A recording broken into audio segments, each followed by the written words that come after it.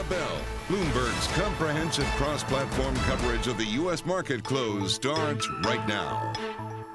And right now, we are 2 minutes away from the end of the trading day. Romaine Bostick alongside Scarlet Fu. We're counting you down to the closing bell. Here to help take us beyond the bell. It's Massar and Matt Miller once again. Welcome to our audiences across Bloomberg Television, Radio Originals, and our partnership for those folks streaming on YouTube. Carol. Yeah, Romaine, we talked about it earlier. The home builder stocks really outperformance today, and this is a result of those U.S. housing starts surging to the highest since 2016. While home builder stocks at a record, they're up about 41% so far here in 2023, and we're talking about the highest, as I said, a record, or at least highest since 1995 in terms of our tracking. So really some outperformance here, Matt. Yeah, looking into the index, we see that 9 of the stocks in the index are at least a 52-week high. They're really getting a lot of optimism from the new home starts. I wonder, though, if you have to cross your fingers that rates come down, or if these new home starts are all pre-sold. I honestly don't know, and I was asking some economists earlier, but it's not quite clear how many of these homes are built on spec. I don't know how much, Lennar, D.R. Horton, Pulte Homes, how much they do that anymore these days, but they surely do a little bit, and maybe they're getting a little bit ahead of themselves. On the other hand, they were assured by Jay Powell that the housing market has bottomed. So I guess. Well, I think it speaks to the lack of inventory out there, right? I mean, rates have gone up and they're staying somewhat elevated. So people have made their peace with that, but they can't find homes available to purchase. So you end up constructing one. That's right. All right, we get the closing bells here in New York. Of course, this is a Tuesday afternoon, first trading day of the week, a holiday-shortened week because of the Juneteenth holiday on Monday. And, well, some of the enthusiasm that we saw last week tempering just a little bit here on this Tuesday. The Dow Jones Industrial Average down more than 200 points, or 0.7%. The S&P 500 down about 20 points, or 0.5%, while the NASDAQ Composite is going to finish the day out lower by about 0.2%. And the Russell 2000, that is lower on the day by about a 0.5 percentage point. Yeah, and remain pretty broad-based selling. We're going to get into the industry groups, but if I look at the S&P 500, most names in the index, 405 to be exact, to the downside, only about 97 gaining some ground today. Matt, one unchanged. Yeah, if you take a look at what's going on in terms of the industry groups, you can see consumer discretionary is the only winner there. Now, that does hold all of the home builders, which is interesting to think that home builders, that's discretionary, right? You'd think that's a staple, your house, but I get it. Also, the car makers. You could rent. You could rent, of course.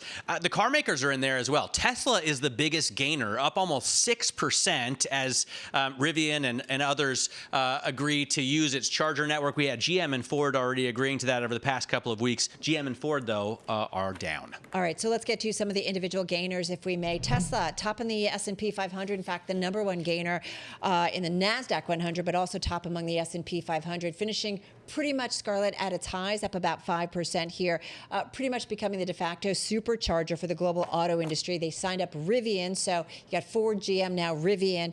And you've also got Elon said to be talking later on today here in New York City with Prime Minister Modi about maybe a Tesla factory in India. But Tesla's been on a tear. It's up more than 100% so far this year. PayPal also top in the NASDAQ 100 and the S&P 500. KKR agreeing to buy as much as $44 billion of buy now, pay later loan receivables from PayPal in a deal that basically now lets PayPal do more share repurchases. So that was a plus. That stock up about 3.7% here at the close, so just off its highs of the days.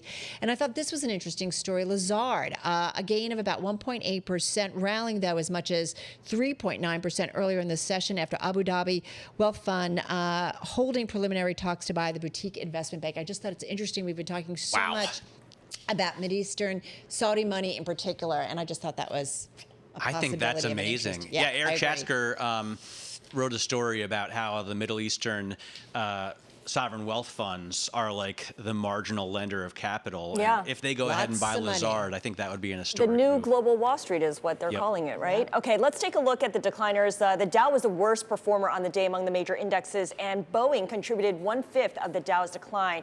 And it was because of headlines from the Paris Air Show. Rival Airbus won a record order from Indian airline Indigo for 500 passenger jets. Boeing did not get that deal. And Alibaba, I know, Carol, you mentioned this earlier, the executive shuffle reshuffle at the Chinese e-commerce giant. Executive Vice Chairman Joseph Tsai is back to serve as chairman. Eddie Wu will be taking over as CEO. And FXI, the ETF that tracks Chinese-related shares, falling as well, and Nike down to a one-month low.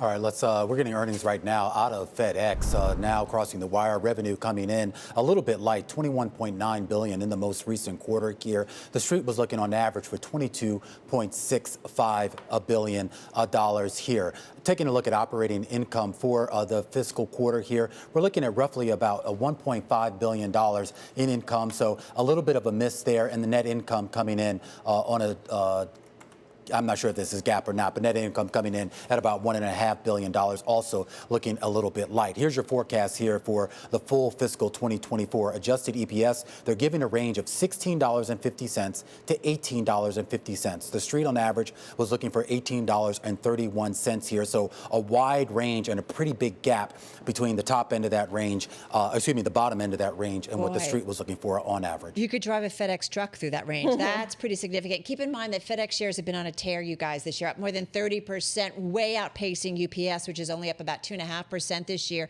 But what's interesting is they've also been working on cost cutting, and I'm just quickly looking through the press release, Scarlett, and FedEx's president and CEO, Raj Subramanian, talking about becoming more flexible, efficient, and data-driven, but also talking about as we significantly lower our cost structure. So this has certainly been front and center for them, but certainly some disappointment with these numbers. They're also talking about operating results falling due to lower global volume. So we look at companies like this as an indicator of the global economy. Yeah, as Kriti Gupta was just telling us, people like to look at FedEx as this barometer of the global economy, the macro economy. Certainly there is that part of it with the comment, as you mentioned, about the lower global volumes. And the CEO also talking about adapting to the dynamic demand environment. But a lot of the issues that FedEx needs to sort out is related to its cost structure that it took on during the pandemic, which puts it in a different boat, a different position than, say, UPS and DHL. I can't believe that there's no mention of AI. I mean, who is advising this company that they put out an earnings press release and don't mention at all artificial intelligence? Generative AI in the conference call, don't worry. Yeah, it has to be there, right? Especially if you want to. If I search on AI, I get aircraft. Exactly. There's a lot of aircraft, but there's no artificial. There's no GPT. I looked through the whole thing. In any case, I think it is still an interesting bellwether, and I think a lot of people treat it as such for the economy. So it'll be interesting to see. I guess we can see now how the market's reacting. UPS is down, too, in the aftermarket, down about 1.3%. Yeah, well, we do get a conference call here, Matt, so maybe they will mention AI on that. But a lot of people are focused on some of these cost-cutting programs. And I think some of the cost savings that they're laying out in this press release, including the suspension of that drive program and the $2 billion that will save, you wonder sort of what's the level that gets investors a little bit more comfortable, because you can look at those numbers and you're still seeing a sell-off of, 5% or so right now in the stock. Yeah, exactly. Right. So some disappointment. But again, go back to, Romaine, you talked about it. Scarlett, you talked about it. I mean, the 2024 adjusted EPS, $16.50 to $18.50, $2 range there. The estimate on the street is 18.31. So that is a pretty big standard deviation, several standard deviations, if you will. We should point out, guys, here, just sorry to interrupt you here, we're now learning that the CFO is set to retire, Mike Lentz. That's the headline crossing the wire. Not exactly sure why or what the circumstances are, but there you have it. That's interesting, especially because FedEx is doing so much on the cost side and has to really manage how it communicates that to investors. And he would be kind of one of the people in the lead job to do all of that. In addition to keeping a very close eye on costs, FedEx says that it sees CapEx for 2024 at about $5.7 billion.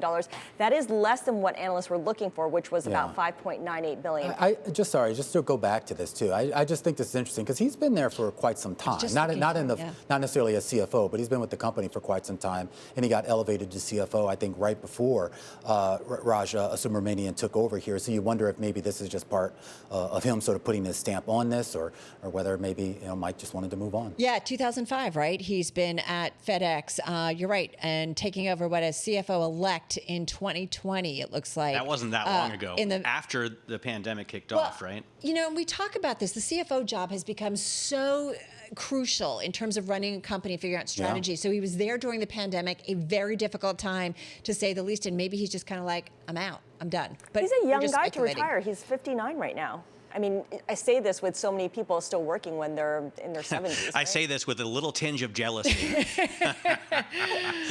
Interesting. And we'll continue to watch this certainly in the aftermarket because we're definitely seeing a trade. All right, guys, that is a wrap. Our cross-platform coverage, radio, TV, YouTube, and Bloomberg Originals.